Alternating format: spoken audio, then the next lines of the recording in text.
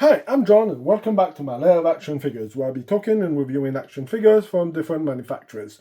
Today, continuing in the Dreadnok line, we'll be going to be reviewing the G.I. Joe Classified series figure Zarana, who is Zartan's sister, but we will dive into more of that in the history. So, as I don't have World Pig, and of course Zonda, her brother, hasn't come out yet.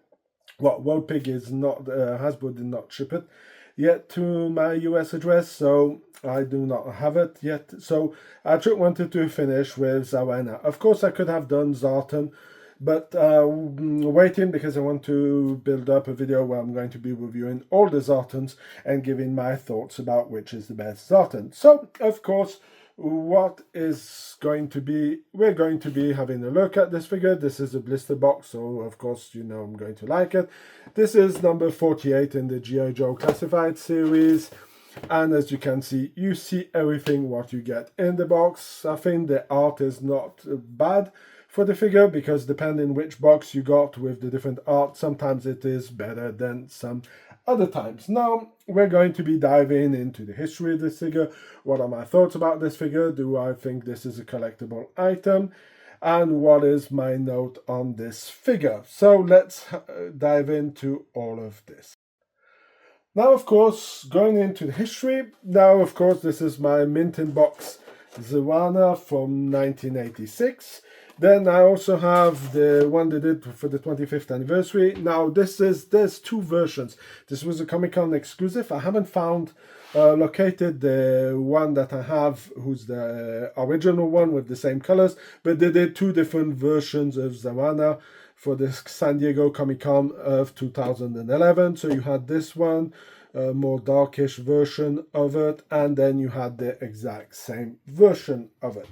So let's take a closer look at this figure, because I must say that this figure is pretty horrible. If you look at the head sculpt of this figure over here, it is really, really bad and pretty ugly. She has a horrible face. Now, when I'm looking at the drawing of the figure, I have a highly impression that the G.I. Joe guys who were behind the creation of this figure and the drawing must have watched The Return of the Living Dead, who's a film who came out in 1985, and I'm going to be posting a picture. Here you will be able to see it on your right. Next to it, the actress Linnea Quigley looks a lot like this figure here, so I'm really thinking that Hasbro must have watched it. The movie came out in 1985. As you can see, there's a high resemblance with the drawing of this figure. Now, something important to know, there was two versions of Zarana that came out in 1986. This is the regular version with no earrings, and there's one with earrings. Now, let's take a look at the 25th anniversary version of it. As you can see, not much better as a face. The face is pretty not that great, if we can say like that also. And she's pretty ugly, I would say. Sorry to say that. I think the comic book did her better version of it and looked a lot better than this. But again, the figure has some interesting things due to the fact that she has the same weapon as the original one, and she has a few extra ones like a small dagger, and she has Whipper's weapon also, who's a nice little add-on onto it. As you can see, even if this is not the best drawing of her, she looks way better in this kind of line. So now that we've talked about the history, let's dive into what we get in this box. Now, what do we get in this box? Of course, we get Zarana, we get the backpack, we get a rifle with also with a removable mag, and the little chainsaw, who's a bit different than the original one. Then we kind of get some kind of blade. I don't know if it's some kind of electrical blade or something like this. Then we get an extra hair piece that we'll be having a look at afterwards. And we get a small dagger, who is a bit reminiscent of the 25th anniversary figure that they did. So, like I was saying, this is number 48. The suggested retail price of this figure, who came out in 2022, was €24.99 and €29.99. Of course, this figure is currently sold out on Hasbro's website. You might be able to still find her at different websites around the world is still available. Now let's have a look at this face over here. She does have a bit of a mean face, but she does look a lot better than the figure that came out in 1986 or even the other ones. They did a pretty good job on the head sculpt. As you can see, you have some earrings on it, so that they decided to do, and she does have this punk look hair, and she looks pretty neat as a figure. As you can see, you can remove the head sculpt, the head piece for the hair. So just going to zoom in. As you can see, you have two different ones. So if you want to give her more of a look of the 1986 figure, you can do it by interchanging this over here, and let's put this in. So this is a bit tricky over here because you have the little plastic who goes around her ears, who is a bit harder to put. So now you can decide which version you prefer of hers. There we are. Oops, sorry. This haircut or the other one.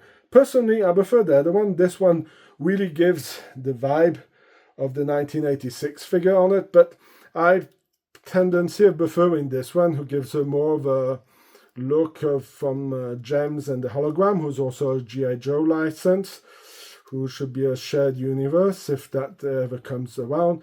But I do find this hairpiece way superior than the other one. Now we're going to be looking at a backpack, who is nothing extraordinary. You don't have any attachments, so you can attach a rifle. You have, of course, this here who goes in the backpack as this. Then afterwards, of course, you have her little dagger, and of course you have a rifle with a little chainsaw at the end of it. Well, it's a little cutting blade, more likely than a chainsaw. As you can see, it's pretty basic as a weapon. So now that we have looked closer at this figure, do I believe this is a collectible item, and should you go out on a limb to purchase it, or should you wait for the retro line to do her in the retro colors? Now, personally, I think the figure, it's not too bad. I'll be reviewing certain problems that I have with this figure when we're going to be looking at it about it, but let's continue talking about more the valuable collectible item. Now, I think you can wait to get the retro line. This figure does not come with a ton of equipment, and the retro line might do some little improvements on the figure or do some little other schemes of paint on it. So, and on top of it, you get a stand. So maybe skip on this one. Even if I do have some for sale on my Facebook page. If you are looking out for it, if you're in Europe, I have some pretty interesting prices. Of course, for my US collectors or North American collectors, this is not going to be very interesting for you due to the fact that shipping back to the US would put it way more expensive than whatever you would find. So as you can see, all geared up, she does have a nice look, and of course goes well with the characters. So that's why I thought I'd say wait for the retro line version. Now, my final thoughts in my note on this figure. Now, I'm going to give this figure 7 out of 10. The figure looks pretty amazing, but does have a lot of issues. The female bodies have a huge problem with the arms popping out very easily over here. They have a tendency of popping out. They pop in pretty easily, but it can be pretty scary if you're moving it around and suddenly the arm pops out.